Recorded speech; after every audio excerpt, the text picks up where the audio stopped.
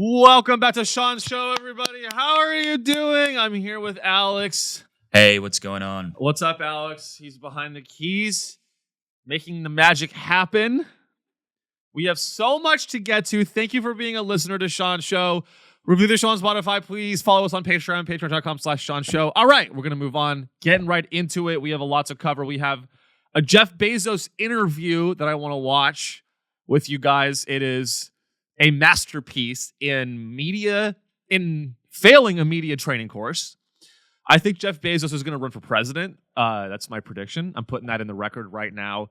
We also have a SpaceX. We have a lot to get to. SpaceX is going to go public. We're all very excited for Elon. I'm a good friend of his. I always cheer him on. Cheering on the world's, if no one else is cheering on Elon Musk like I am, I hope he's the world's first trillionaire so I can lick his trillionaire boots. He's going to be the world's first trillionaire. Get excited for that. You're struggling to put food on the table? Well, maybe if you had worked harder, you could have become a trillionaire. It's your fault. And that is all ultimately our message here at Sean Show. If you're poor, it's your fault. That is something that I really want to hammer home to people is you were born with all the tools and all the runway, and you squandered it. So, especially if you live in the global south, we all know those people have tremendous privilege. We have much to get to. We might watch a lot of stuff. You guys know those weeks in school when the teacher rolls in the, you know when you're in school, elementary school, and the teacher rolls in a TV and it's like movie day, and the teacher's hungover. Like that's kind of me right now. I'm like, let's just watch a bunch of stuff together. That is a lot of media these days. Is like, look, guys, you don't know anything about me, but you like to watch me watch stuff. It's very meta. That's every entertainer these days. Is every entertainer we just watch things together. But you know what? It's fun. It's fun. We like it. So what should we start with? Let's get into it. I think we should just start with this Jeff Bezos interview that he did with CNBC. And he is at the he's at like Blue Origin, getting interviewed by this guy from CNBC, whose name I should know. Looking very bad. Looking very old. Is it just me, or did Jeff Bezos age 10 years, 20 years in like a week? I thought I saw him on a yacht last year and he looked 40. Now he looks like 80. Now he looks 80. Is this, did they not just not have time to do the makeup for him? He's looking like an old man. It's Jeff. It seems like the weight of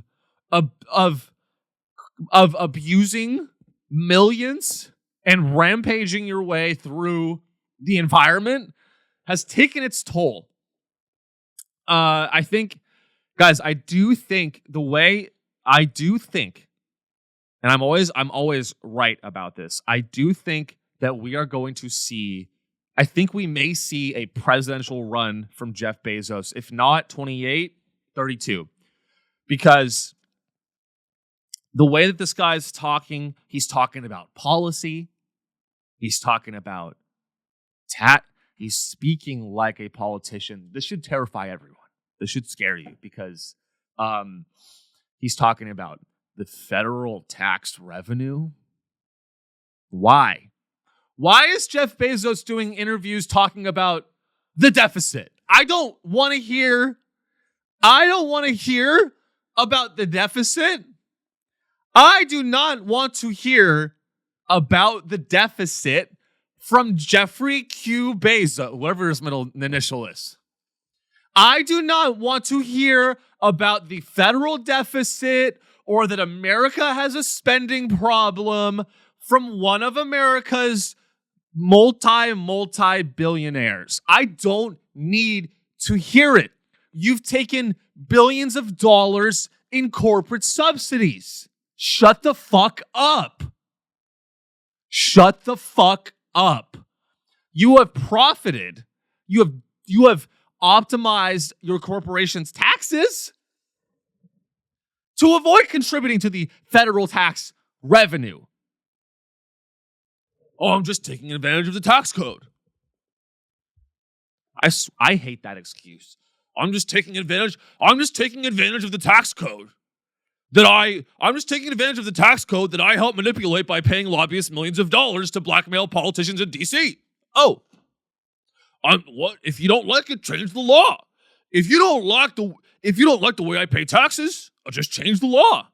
Oh, right. We tried that. If you don't like I pay the amount of taxes that I'm required to pay under the law. What is the law? Fuck you. The law? The law. There is no law. There is no law. There's no law. There's no law. If you own a bunch of shit, then you don't have to pay anything. If you raise money from people, if you own a bunch of shit, you don't need to pay anything. You write it all off. We all know this. And then they lobby the government and they put in these politicians that get rid of the taxes and then you move there and you move to Miami. Let me real quick just change the law. Okay. And they know that it's a bullshit excuse. But then for Jeff Bezos to come around and go, oh, we have I cannot believe the entitlement of billionaires. My brain is not able to wrap my head around. I can't wrap my head around the lack of self-awareness and billionaires they're such nihilists. We have a nihilism problem in this country. We really do. These billionaires, they're smart. They're not even, it's not even like they're not self-aware. I think that they're smart. I think they have self-awareness. I also think they understand that they are a walking contradiction. And I think they understand that they live in that contradiction. And I think they just don't fucking care. I think that they just want more power, more money, more articles of seeing their faces in Forbes. That's all they give a fuck about is being in Forbes. Talking about all this technology that they don't actually understand. Building data centers all across the world. Shepherding, trying to build an AI god. It's crazy. And for them to come out and try. Here's the thing. Jeff Bezos wants to go and take all these interviews, which we'll watch. Jeff Bezos, he wants to go take an interview with CNBC and talk about how to solve all of the government's problems. You're the fucking problem. You are the fucking problem. Why is Jeff Bezos going on interviews with CNBC talking about how the government has a spending problem? Bro, if you want to help the United States, if that's really what you're on CNBC to do, if you really want to start proposing solutions, I need you to eat cyanide. I need you to rail cyanide on your yacht. That is what I need you to do. This is a comedy podcast. I need to have a disclaimer. This is a satirical show. Nothing I say can be held against me in a court of law. This is a satirical show. Nothing I can. Is that the South Park one? All right, we'll just copy the South Park's one. All right, you can get that off the screen because I don't want to steal from South Park. But guys, so yeah, they're all the rich just get richer. The rich just get richer, and with that wealth, they think they know shit. They think that they're here to help. And we're gonna watch a little bit of this interview with Jeff, just talking a whole bunch of nonsense. just talking a whole bunch of fucking nonsense about. I'm sure maybe you've seen it already, but I think let's jump to the middle, where he starts talking about taxes. $12,000 a year in taxes. Does that really make sense? So people talk about, making the tax system more progressive. How about we start by having the nurse in Queens not pay taxes? Why is somebody at all? Why is a nurse in Queens who makes $75,000 a year paying more than $1,000 a month in taxes? That's $1,000 a month that could help with rent or groceries or anything. And so, and by the way, do you know what that all adds up to? The bottom half of income earners in this country pay only 3% of the taxes. So it's only 3%. We can find 3%. So we don't have, it's a small amount of money for the government, that. And really, and the more I thought about it, to me, it's kind of absurd that we're doing this. We shouldn't be asking this nurse in Queens to send money to Washington. They should be sending her an apology. It really makes no sense.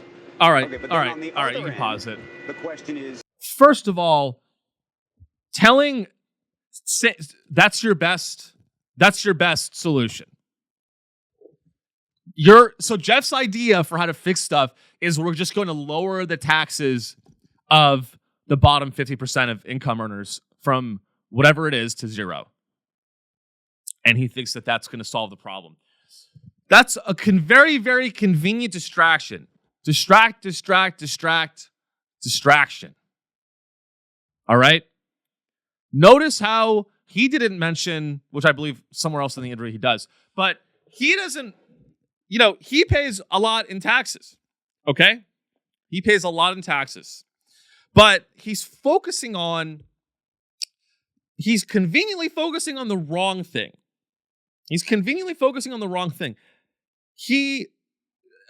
Somewhere else in the interview, he says that Jeff Bezos recently said that he was like, if you doubled my taxes, it would not help that teacher in Queens.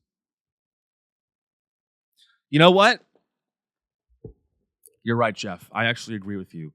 I think we should triple your taxes. I think we should quadruple your taxes. I think you should have to pay so much in taxes that you start to be a human again. That's what I think. I think that I'm aware that Jeff Bezos pays a lot of money in taxes. Okay. But Jeff Bezos going on CNBC and pretending that he's like a man of the people. Jeff is going on CNBC. Jeff, that's not your lane, my man. I almost want to be like, be a friend. Like, hey man, like, that's not you. Do you think the other billionaires see this interview, and then like see this as like Jeff selling out to the peasants? like, do you think that Jeff did this? And then I bet you Jeff did this interview, and then like Elon got on the phone with him and was like, hey man, like, why are you selling out, bro? No, man, like, I thought you were down with like the Epstein class, bro. Like, fucking, what happened to Private Island and young women? What happened to that, man? Now you're fucking talking about how the lower class should like, you're fucking selling out on our, Jeff is trying to come off as if he's like this guy, like this man of the people. He's worth over 100 billion. I mean, the number is really, really hard to comprehend. Jeff is he's like, I bet the other guys are no, but they know that what he's saying is a lie. They know that Jeff's going on here. It's a PR move. It's a PR move for number one, because hey Jeff, you know what doesn't resonate with a teacher in Queens is taking a high-profile interview on the ground of your rocket factory that you own. I don't trust anyone that takes an interview on the floor of their rocket factory talking about their ideas for how to solve America's problems. Okay? You run a government contracting rocket factory, you run sweatshops, you pay. I get packages. We all use Amazon, right? We all see these people. They are not treated well. These people are not treated well. And Jeff goes, keep your fucking jobs. I create all these jobs. Keep them. I don't fucking want them. Keep your fucking jobs. It's like, and then he goes, the teacher in Queens shouldn't be sending money to Washington. Washington should be sending that teacher an apology. Notice how he doesn't say healthcare. Hey, Jeff, how about you send the world an apology? Okay? You are not to be trusted. You're old. You're old. You look gross. I think the weight of your corrupt, inhumane, twisted, sick soul is finally showing on your face, and I couldn't be happier. And I cannot wait. I cannot wait to see you get older and uglier and, quite frankly, more evil. Because that's what's going to happen. Because hopefully people will... these guys are just like so unpopular. They really are. The world's billionaires are becoming probably the most hated people on earth. And that is the only silver line to all of this. Do I hope to be a billionaire someday? Obviously. Obviously. SeanShow.com. Actually, I don't even own that domain. That's how you know I'm not a fucking billionaire. Patreon.com/SeanShow. One extra episode every week. Okay, let's keep watching this. Should you be paying higher taxes to pay for the 3% component part of this that you think is going to need to be paid for, if not more than that, given the debts we have? It's certainly a perfectly valid policy debate, right, to say, do we want an even more progressive tax system? So, the line that gets quoted all the time is, the wealthy should pay their fair share. Right. And we can argue about what the fair share is. That's a policy debate. That's okay. But the vilification is the thing that's just the distraction. And by the way, if you really are being honest about it, we don't have a revenue problem in this country. We already have the most progressive tax system in the world. The top 1% of taxpayers pay 40% of all the tax revenue. The bottom half pay only 3%. We have already, and I think it should be zero. I don't think it should be 3%. Right. I think it should be zero. So we'd be making it more progressive that way. We actually have a spending problem, and that's a skills issue. Let me give you an example. The New York City school system. Right. They spend $44,000. All right, you can pause it again. All right. So Jeff just said that so in America, we don't have a tax revenue, aka we don't have a problem with taking money in taxes. We have a spending problem, and he calls it a skill issue. He calls it a skill issue. Now, I don't know if that's how I would describe 40 to $50 trillion deficit as a skill. It's a skill issue, bro. We're in like 40 trillion. I don't even know what the debt is. It's a lot of money. It's trillions. And Jeff calls it a skill issue. It's a skill issue, bro. Has nothing to do with me. Get your fucking government up. Get your government up. Yeah, it's, I'm telling you, this guy's going to run for president, and it's going to be very sad to see a lot of people somehow rationalize voting for Jeff Bezos. Jeff Bezos may do a political, I'm predicting it right now, on Kalshi, our sponsor. Kalshi.com, which is in the news as well. Yeah, it's all all of these guys, they have so much power, and I think they don't like. Here's how I feel about Jeff Bezos. If you spend your entire life rampaging through the world to collect as much power as you can possibly get your little fucking grubby hands on, and then in your old age, you turn around and you start looking at the system that you decimated, that you engorged yourself with wealth and decimated the system. And then you look down at the system that you decimated and robbed, and you go, why is this so dysfunctional? Because of you, fuck.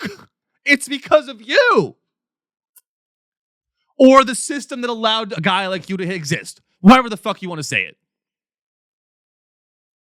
That's what they're doing. That's what these guys are doing. Kevin O'Leary, Jeff Bezos, Elon Musk, with Doge, all of these guys, they make a killing in the private sector, and then they think at the expense of all of us. They make a killing. Getting subsidies from the government with Tesla, with Tesla, Amazon. They get all these tax credits and tax breaks. Where's my fucking tax credit? Why don't I get a Sean Show tax credit? Can't I get a tax credit? A podcaster's tax credit? That would be devastating. Thank God there's no tax credits for podcasting. This is one of the most difficult industries to make money doing, and thank God it's that way. Because the bad ones will die, including this one. But all these guys, they just get so much. They get so entitled, and it's fucking exhausting. Do I have a timestamp there, Alex? I think we might have already covered it. Yeah, that's where we started. Oh, that's where we started. Let's go to like the very end. I think there's something at the very end that I want to touch on, like the last minute or something like that. Because it's just, this guy makes me fucking sick. He makes me sick. And it's 3 times more than Miami and Houston. And by the way, New York City doesn't get better outcomes. But so what this? Listen, let me just say, if we ran Amazon the way New York City runs their school system, right, your packages would take 6 weeks to arrive. We'd have to charge you a $100 delivery fee, and then when the package did finally arrive, it'd have the wrong item in it anyway. Right. We can't. That's a skills issue, Andrew. It's not about. It's just competence. All right. So Jeff is saying that we need to run. Okay. Jeff, I think I hear you loud and clear. So what Jeffrey Bezos just said is that we need to start running the New York City school system like he runs Amazon. That would be better for everyone. Now, I think that we can all agree that he's correct. And I can't wait to hear about children having to piss in Gatorade bottles because they cannot go on their bathroom break. I cannot wait to hear about the kids that collapse on the classroom floor because they couldn't finish all of their math problems that were assigned to them. I can't wait to hear about these New York City schools. Let's put Jeff Bezos in charge of the New York City school system. I think that's a great idea. I think if that happened, then Jeff on day one would have those children packaging boxes. I think on day one, if Jeff Bezos was in charge of the New York City school system, he would go, you know what the best way for you to learn is? Here's the thing. It scans barcodes. Get to work, Timmy. Get to work. Get to work. Get to work, Ahmed. I told you, no crying. That's rule number 1 at the Jeff Bezos School of Learning and Fulfillment. The Jeff Bezos School of Fulfillment. We fulfill packages from grades 1 to 12. All you do is you go beep, and then you put it back on the conveyor belt, and you throw it in the fucking. You throw it in the truck. I don't want Jeff Bezos near children, point blank, period. I don't want anyone that was at Donald Trump's inauguration near children, point blank, period, with a T. Period. So that's, I mean, this guy, the type, and that's what I'm getting at. The rhetoric and they spew out this rhetoric as if they know anything about, what the fuck does Jeff Bezos? Jeff Bezos probably wants to privatize schools. Jeff Bezos probably wants to privatize the New York City school system so his fucking company, his tech EDU bullshit can get in there and train all these good little boys and girls to become good Amazon workers when they grow up. Good little silent, unquestioning, not skeptical little worker bees that clock in and out and don't question anything about how the world is or why it is the way it is. Nothing. They go beep, beep. That's like the Bee Movie. Jeff Bezos created the Bee Movie in real life. That's what he did. Jeff Bezos created a real world Bee Movie. And we've all seen the Bee Movie. All these bees just work to death. We are all bees. And Jeff Bezos is the queen bee because he's closeted. I know it. I know that man's closeted. I have a feeling. I have a strong feeling he's closeted. I can feel the gay aura. I can feel the old, cynical, Orange County conservative gay aura. Jeff Bezos really is giving, Orange County conservative gay. He really gives that. Talking about federal tax revenue. Please shut the fuck up. He's married to some dumb bimbo. He's married to some dumb fucking bimbo. Ugh. This fucking villain. All these guys are villains. They're like real life villains. And you know what? That's why I don't like Marvel. You guys always like, I'm always shitting on Marvel because you want to know why I hate Marvel? Because in Marvel, the good guy wins. And we all feel good about that. But the thing is, that is not relatable at all. If Marvel was real art, Thanos would snap his fingers and half of the population would start to work at Amazon, at a fulfillment center. That's what would happen, which is worse than death. That would be what happens in real life. Same with Iron Man. In Iron Man, I don't know how that movie ends. It's been a while. But in Iron Man, they lightly criticize the military-industrial complex. But at the end, I think everything works out okay. God, if you are into Marvel and into Iron, but just give it up. If you're an adult, here's my hot take. Here's my Subway take. Being a Marvel Cinematic Universe fan is worse than being a Disney adult. Fucking facts. That's facts. Have you met a Disney adult? Disney adults are nice people. They just like Mickey Mouse. What's the big deal? This is my Subway take. Marvel Cinematic Universe fans, way worse than Disney adults. I can hold a conversation with a Disney adult. A Disney adult is just an adult that likes to go to Disneyland. Not that crazy. Adults like franchises and intellectual property.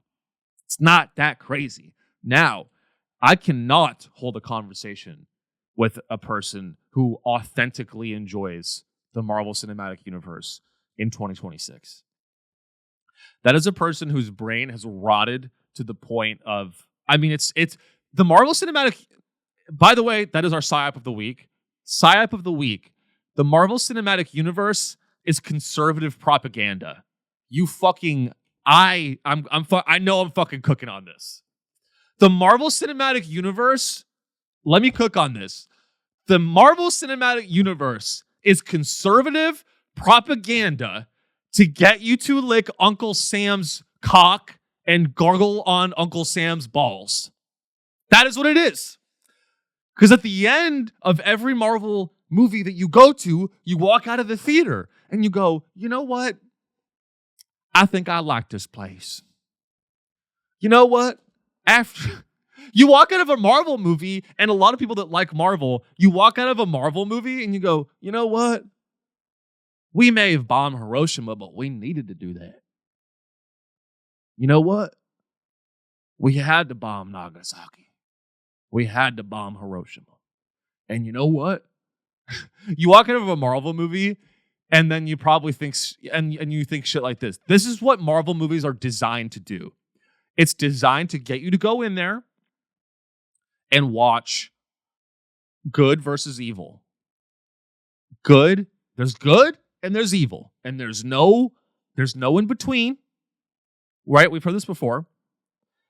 And when you leave that movie, you're implanted with this idea in your mind that sometimes the United States has to coup Brazil. We have to. No, you don't understand. That's what the fucking movies do. You watch a Marvel movie, and then you leave that movie, and you go, I guess we kind of have to bomb Iran. Sometimes being super means bombing kids in Gaza. Sometimes what it means to be super is to bomb a school bus in Yemen. That's what the good guys do. No. Being good, it isn't just about standing up for what's right and human rights. It's about protecting everything that we've built, especially private property, which I love, and the cops too. All this stuff. What about the cops? They're doing a good thing. Sometimes the murder of innocent, what the Marvel Cinematic Universe does, it gets you to realize it gets you to think and believe that sometimes the murder of innocents is justified. Every time Iron Man crashes through a building and kills 12 CPA fathers, 12 dads that are just CPAs, and it's like in the background of the movie, that's subliminal messaging. It's subliminal messaging. Every time they fight a fucking thing in the city square, they collapse buildings. I cannot believe this franchise has lasted as long as it did, and I hope that it dies. I mean, it was never good. It was never good. I'm sorry. Most superhero movies, they're never good. Most superhero movies, you watch them, it's like an escape from your reality. And the reality is the supervillains won, you dumb fuck. That's reality. I don't like superhero movies because they provide an escape, and they have this it's like this point of view on reality that's not true. The superhero movie industrial complex is real. It exists. The entire thing exists to get you to feel like the good guy wins. And there are good guys. There are good guys and bad guys. And the good guy wins. That's just the way the world has always worked.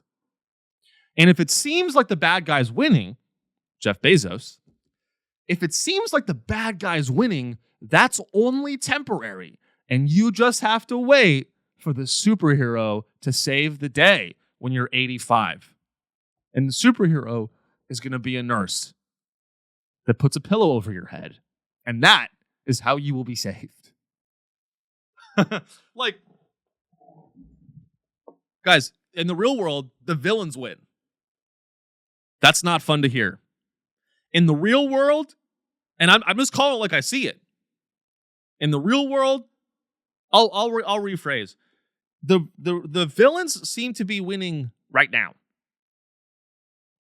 The supervillains of the world, they seem to be winning, and they don't show any signs of not winning. You know, and you know, pardon me if I don't want to wait 50 years for another American Revolution, because that's equivalent to losing. I don't think most people get that. Like, every day that these guys remain in power, is another day of your life that's being robbed from you. You know? Every day that these guys win and they get to go on CNBC and talk their bullshit and just continue to ravage and rob the coffers of the American tax base and just participate in corruption. It's corruption. They're just corrupt. They are just corrupt. It's actually plain and simple.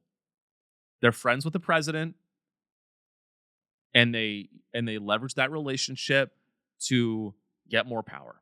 It's actually not really that complicated. And they're winning. You know? And Iron Man ain't come. Iron Man's not coming. Iron Man is not real. I hate to break it to you guys. Iron Man is not real. Ant-Man is not real.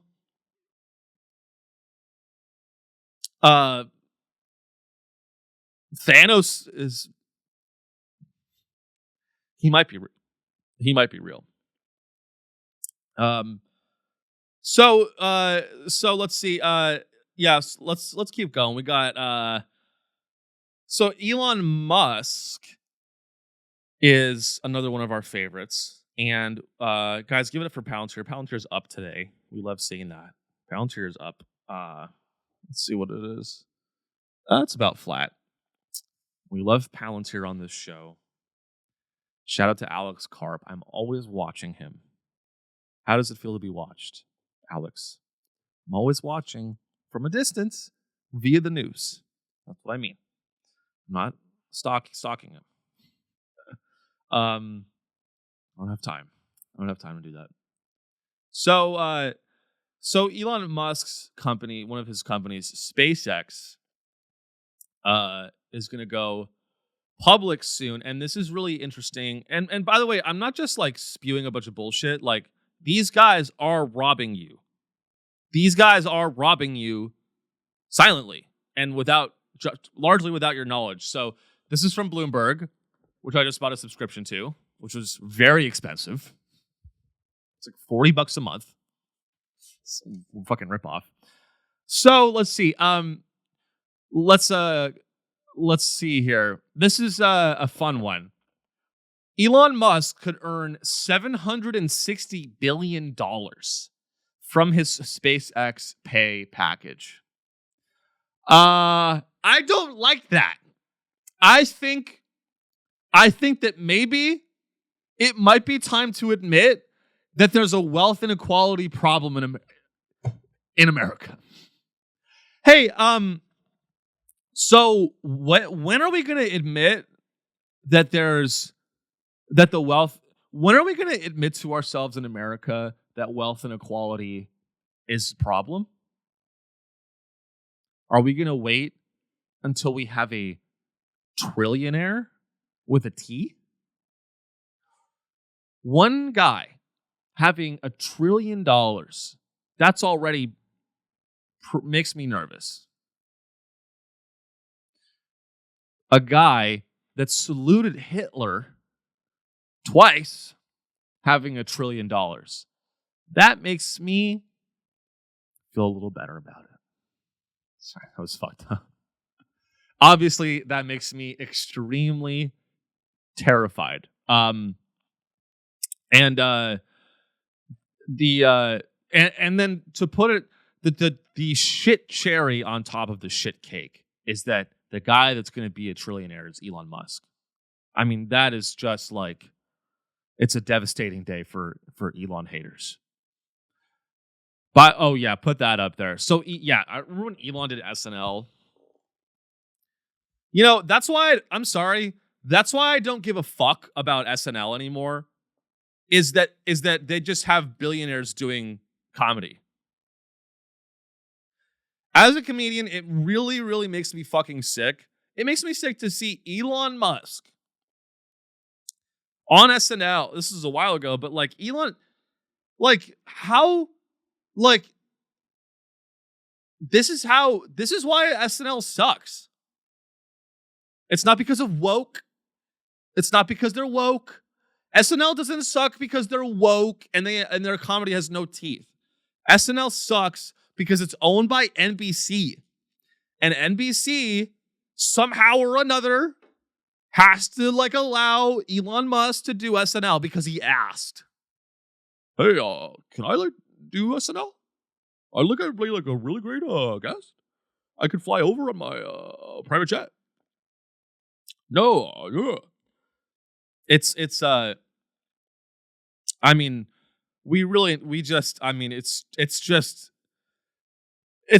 And what's interesting about the SpaceX IPO. So SpaceX has been private for a long time. They're finally going to go onto the public market. And what that means is it will be listed on certain exchanges. Okay? Maybe you've heard of the NASDAQ. Maybe you've heard of the S&P 500. Okay? And what's very interesting about all of these IPOs,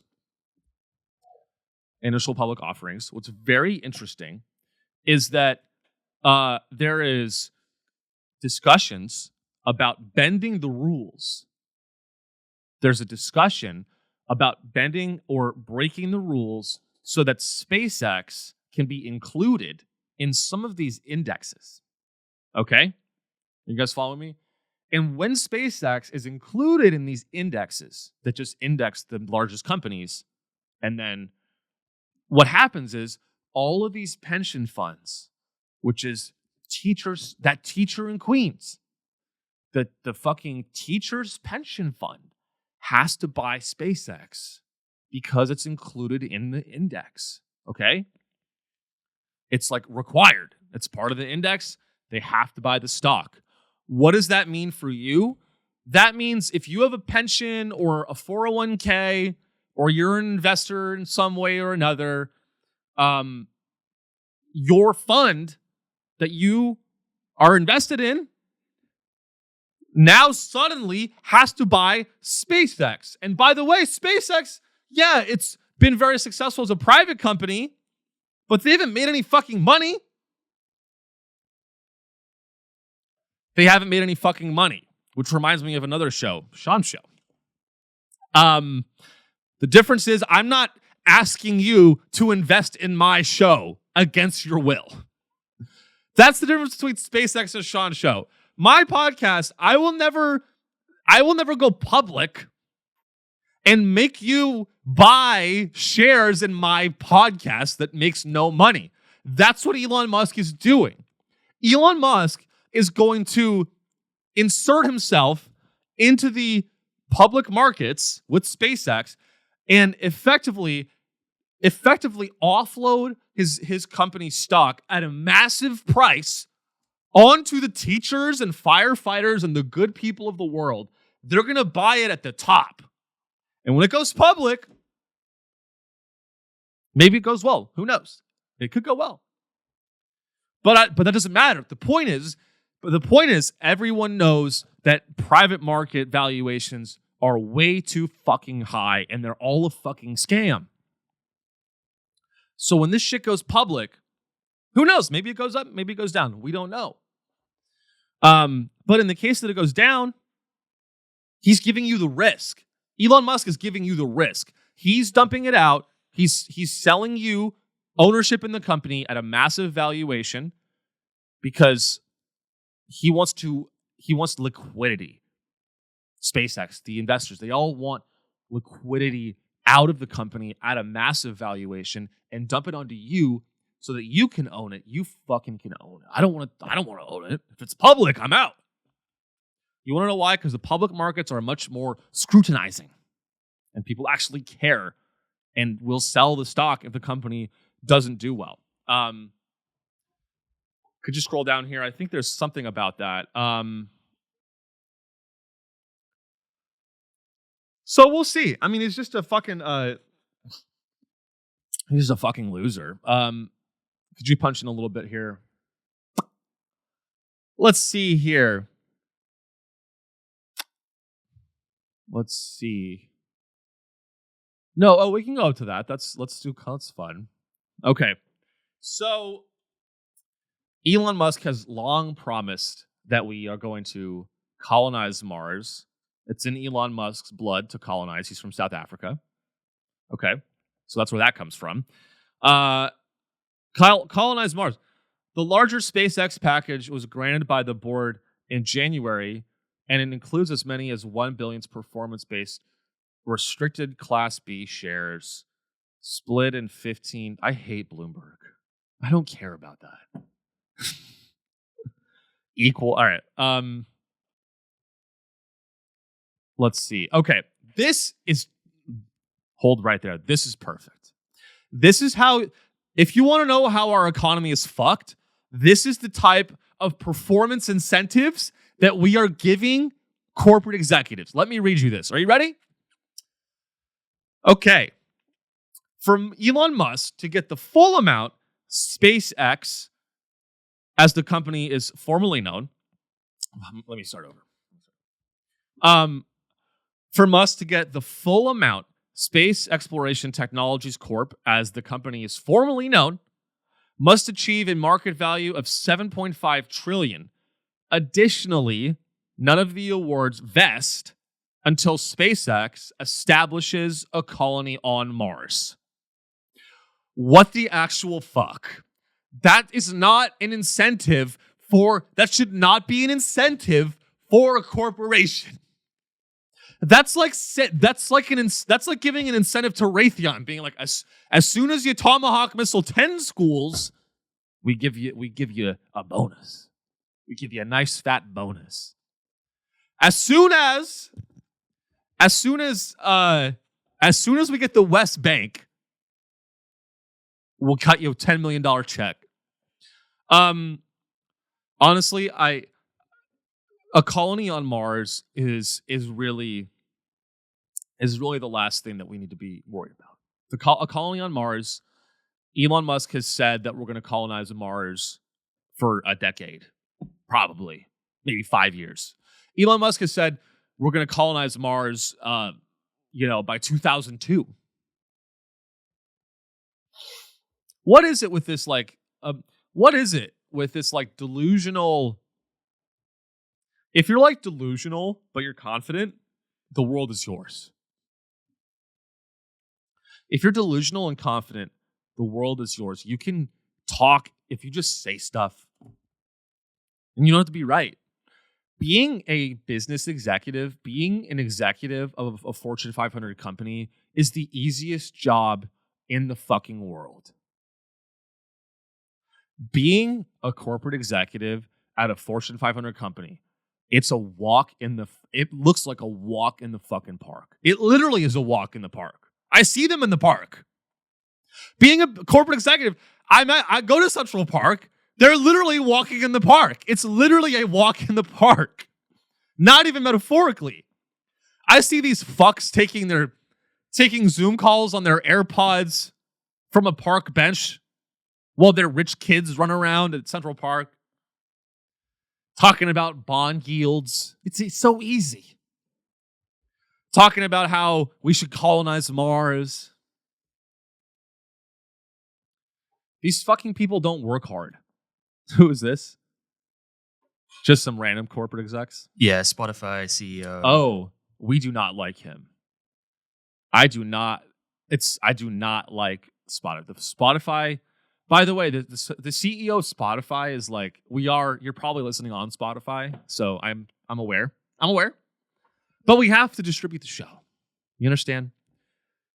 But yeah, that guy's invested. But you want to know the differences between me and other podcasters? I'm on Spotify, but I'm not owned by Spotify. Joe Rogan. Joe Rogan sucks cock. Joe Rogan sucks Daniel's ex-cock. These guys, Daniel Ek invested in a defense company. You know what I find so hypocritical about it's the whole thing. It's so sad. The whole thing is rules for thee and not for me. No, when you pirate software, you go to jail for 10 years.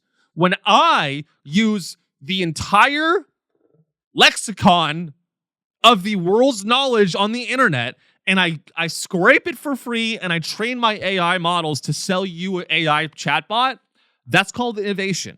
When I do it, it's innovation. When you do it, it's theft.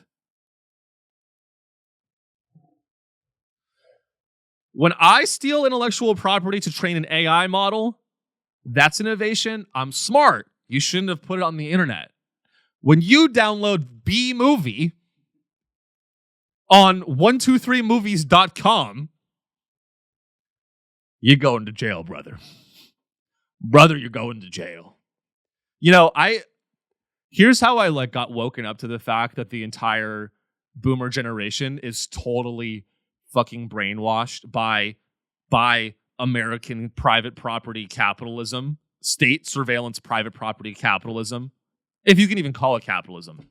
I remember once I was in like college, and I think I told my dad that I pirated a textbook, a math textbook, and his mind was blown.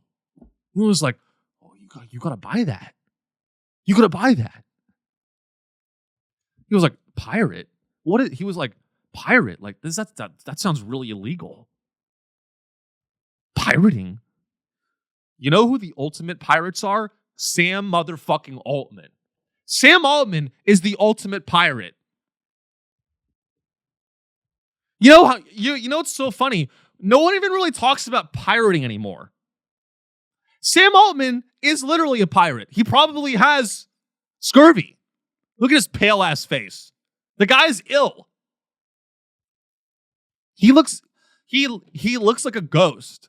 Sam Altman constantly looks like he saw a ghost. And I think it's because he's constantly hallucinating about that whistleblower that he had murdered. When Sam Altman goes to bed, he has dreams about the whistleblower that he had murdered. And the guy's just going, "Why, Sam? I was just trying to do the right thing. Sam, I was just trying to do the right."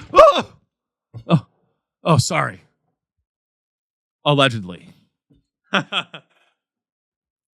He allegedly put out a hit on the whistleblower.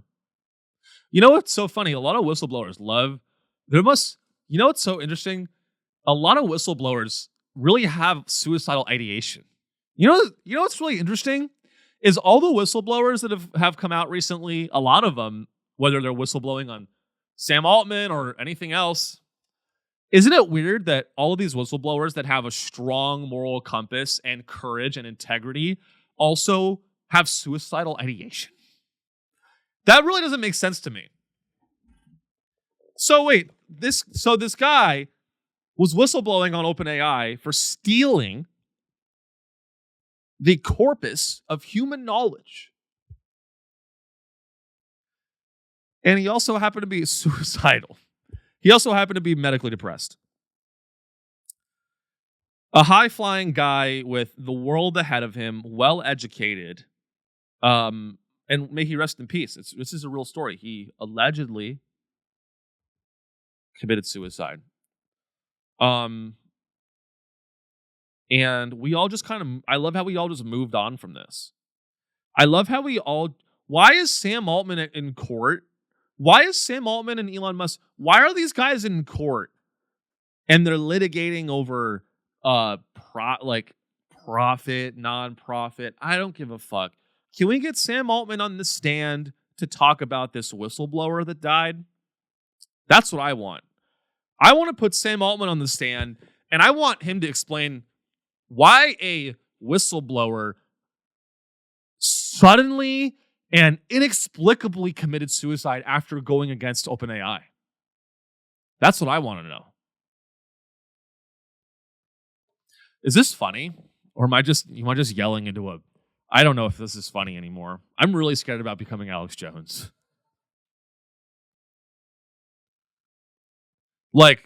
Except I believe it's true. Just don't... Alex, speaking of Alex's... don't let me become this guy, guys. Please. I try to ground all of my takes in reality. And so don't ever let me say that a school shooting was actually a Hollywood production to take your guns away. That would be crazy. The difference between me and Alex Jones is the stuff that I posit might be true is probably true. So the real pirates of the world are actually the AI executives that have stolen the entire corpus of human knowledge and achievement, put it into an AI system, and then packaged it and sold it back to us in like a dog shit form. It's dog shit. ChatGPT is dog shit, by the way. It's the worst of them all. But the idea that all of these tools can just use and train their models, train their LLMs for free. They train the LLMs and they didn't have, and they still don't make any fucking money. Isn't it crazy that OpenAI stole the entire corpus of human knowledge on the internet to make his bullshit AI sycophantic tool, and then it still doesn't even work, and the company still doesn't make any money? You stole. You're a thief. You stole all of this shit, and you still can't make any fucking money. You stole all this shit from all of us. And you made this tool, and you still can't turn a profit. You still have a shitty tool. You still have to order hits out on whistleblowers in order to cover your tracks. What are you hiding? What are these guys hiding?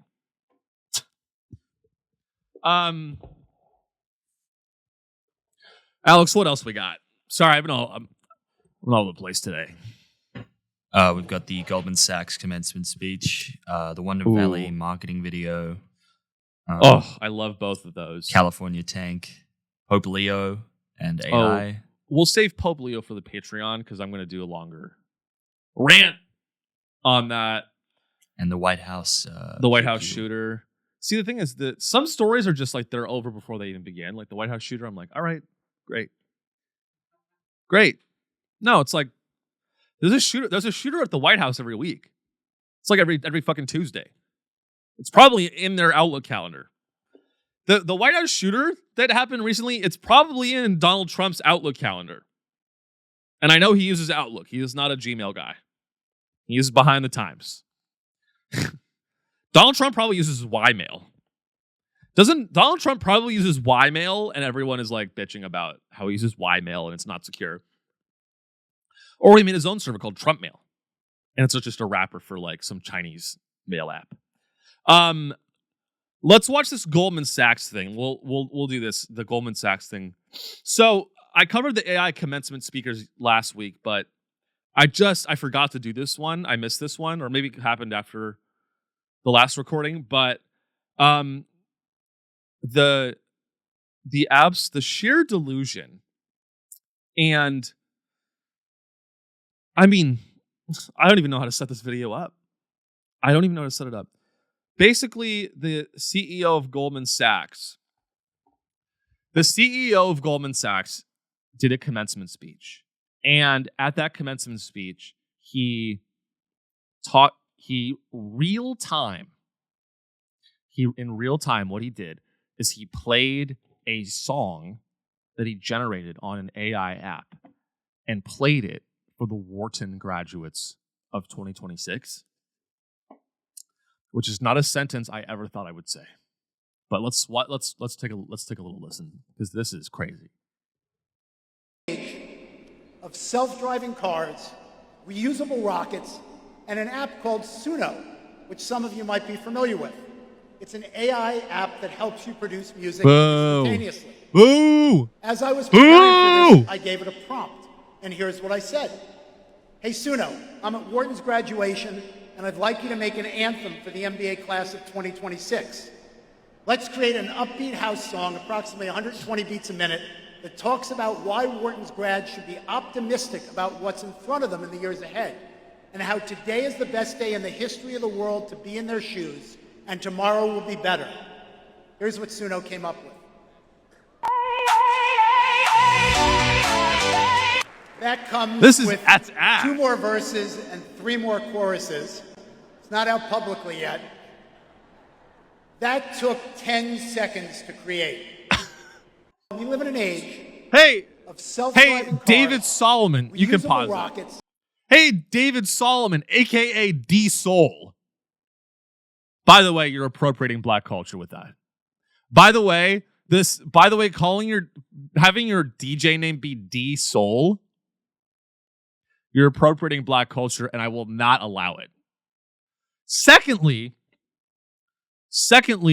the way he I love the way the CEO of Goldman Sachs described the song. He's so our spirit. It honestly makes a ton of sense that the CEO of Goldman Sachs is a DJ and makes like these empty house beats, because that is the type of music you listen to when you are spiritually empty. Hey, hey, hey, hey, yeah, woo! Hey, hey, man. Sounds like a fucking car alarm. The song sounds like a fucking car alarm. Woo! It's like, and then he goes on to say that song took 10 seconds to make. Yeah. Great. I know we all want to listen to stuff that takes 10 seconds to create. I mean, imagine being at the CEO of Goldman. Imagine going to a rave. This is the kind of cheap shit that these billionaires are pushing onto us. AI music, AI media, AI insurance claims, AI healthcare. Oh, I'm sorry, we couldn't get you your healthcare. It's AI, isn't it? It's AI. Why couldn't you do a liver biopsy? The fucking Claude. Why didn't you see this sooner in the liver? You did the liver biopsy. Why didn't you see this sooner? Well, we ran it through Claude and I'm sorry, I missed it. I don't know what else to say. Well, actually, Claude's really good. It's even better than real humans at detecting cancer tumor. No, it's not. Stop lying. Stop lying that AI is better than humans at everything already. Stop saying that. That is not true. Listen to that fucking song that D Soul made. Hi, please make a song for the Wharton grads of 2026 that's upbeat, 120 beats per minute, and does not include anything about me having a relationship with Jeffrey Epstein. Please make, you know what? I want to write a song. Please make a song about the 2008 financial crisis and Goldman Sachs' role in getting in the bailouts. Please make a song about Goldman Sachs' role in trading mortgage-backed securities that collapsed the economy in 08 and 09. That's the song I want to hear. Please make a melodramatic 60 beat per minute song about Goldman Sachs' role in the great financial crisis of 2008.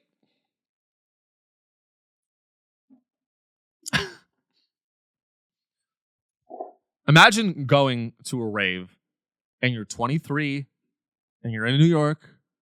You got a great job. You got 2 boyfriends. You're living life. You go to a rave with one of your boyfriends. You know what? I'll flip the genders. I don't want to be sexist. Imagine you're a 23-year-old woman. Oh, wait, no. What's more sexist? Implying that men are... I feel like it's sexist. I feel it's just the patriarchy. I was going to say, imagine you're a guy with 2 girlfriends. I was like, that just sounds cool. The women kind of lose in both ways, which I'm sad about. Anyway, imagine you're a woman with 1 boyfriend. 2 girlfriends. 2 girlfriends. How about you're a polycule? We'll split the difference. Imagine you're just imagine you're a young guy. You're in New York. You go to a rave with your friends. Imagine you're in New York. You're young. You did some Molly, which has fentanyl in it. Has some fentanyl. Maybe a little bit of fentanyl, but not enough to kill you. You're a young guy, you rail some Molly, which is actually just Adderall and fentanyl, but people call it Molly. I remember when I was in college, people would drink this stuff called Molly water. I'm sorry, most college students are some of the, when I was in college, I knew this. When I was in college, I knew that most of the people around me, and I blame Christianity. Christianity creates a system where when kids go to college, they don't know anything about drugs. Fortunately, I grew up a godless heathen, so I knew about drugs. Most people in college, they walk around and they're drinking Molly water, which is just fentanyl in water. You're just drinking a solution of H2O and fentanyl.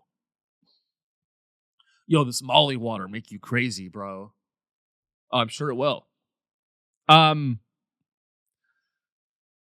would love to go to a rave where the DJ is the CEO of Goldman Sachs playing all of his AI slop songs. I would love to go to that, ironically. He's just writing prompts at the DJ booth.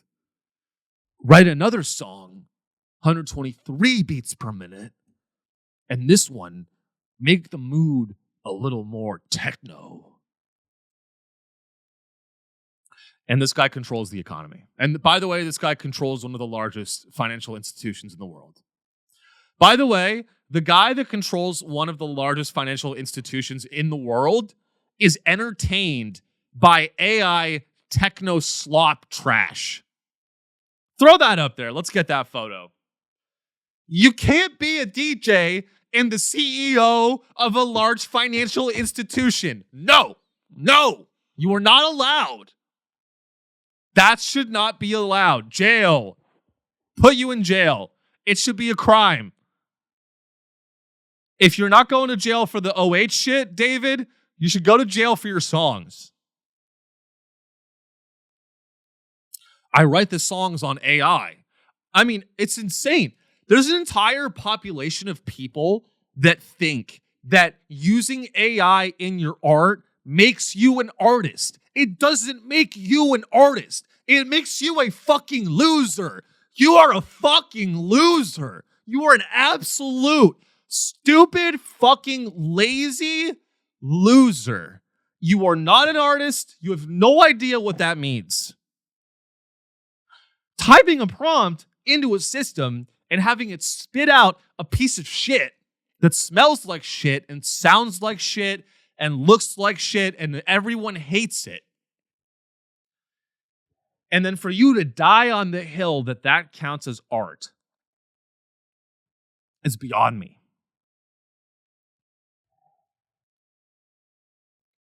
Because it's not true. It's beyond me. Guys, give it up for David Solomon, everyone. He's our DJ. I like my DJs young and hot and addicted to ketamine. Not old and frail and addicted to ketamine.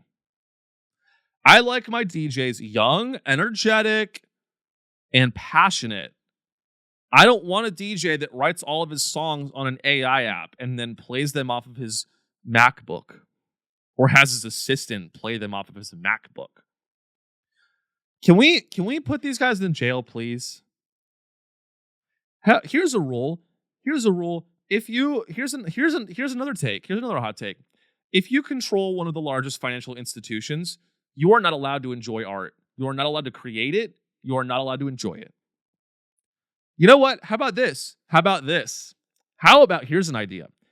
If you are someone that thinks that AI counts as art, if you're a person that thinks that if AI was used to create something, it still counts as art, here's a new rule. I propose a rule. If you believe that, then I think we should only allow you to consume AI art for the rest of your life. That's a good idea. Hey, if you like AI art so much, why don't you only consume AI art? No. I thought you liked it. No, If you like AI art, you should be banned from consuming human art. You should be banned. You should not be allowed to watch the Bee Movie, one of the most consequential films of the century, or A Bug's Life. You are banned. The only art you can consume is AI art. That doesn't sound good, does it? You want to know why? Because AI art's not fucking art. Okay? Good Lord. I've seen this guy. Who's this guy? I've seen him around. Tung tung tung sahur. Is he AI? See, there are exceptions. Tung tung tung sahur. And maybe I'll be mistaken. Maybe I'll eat my words. Who knows? Guys, honestly, I don't know if this was really all that funny. I kind of just yelled at you for an hour. I hope you enjoyed, though. We are going to continue the conversation on the Patreon, patreon.com/SeanShow. We get an extra episode out every week, just $5 a month. That's $1.25 per episode. You spend more than that, buying bullets. Probably, I don't know what you do.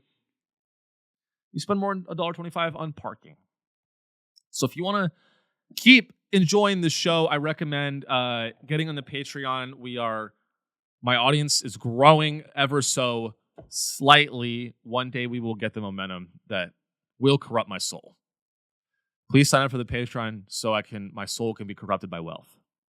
That is the ultimate goal of every comedian in 2026, is to have their souls corrupted by wealth and power and fame. As always, I'm the only comedian. I have no ads. I have no sponsorships. I have no owners. I have no famous comedian whose coattail that I'm trying to ride. And that makes me very unique. I will say whatever the heck I want. The fuck I want. I'm only owned by Israel and Mossad. Outside of that, I can say anything I want. And if you have a problem with what I have to say, I'll call my dad. And how about private attorney on retainer? How about that? How about I have a private lawyer on retainer? So I am the last of the 250. I'm the last of the 250. If you know, you know. Guys, thank you for listening. We are going to get on the Patreon. We're going to talk about the Pope's AI the Pope said we have to disarm AI. We're going to talk about that, which is hilarious. And then we're going to talk about a bunch of other fun shit, surprise shit that you'll only get on the Patreon. So thank you so much. Thank you so much. I really appreciate you being a listener. And you know what to do, guys. Help me out. Help the show out. We're going to keep it pushing, and stay safe out there in the billionaire-induced apocalypse. Goodbye.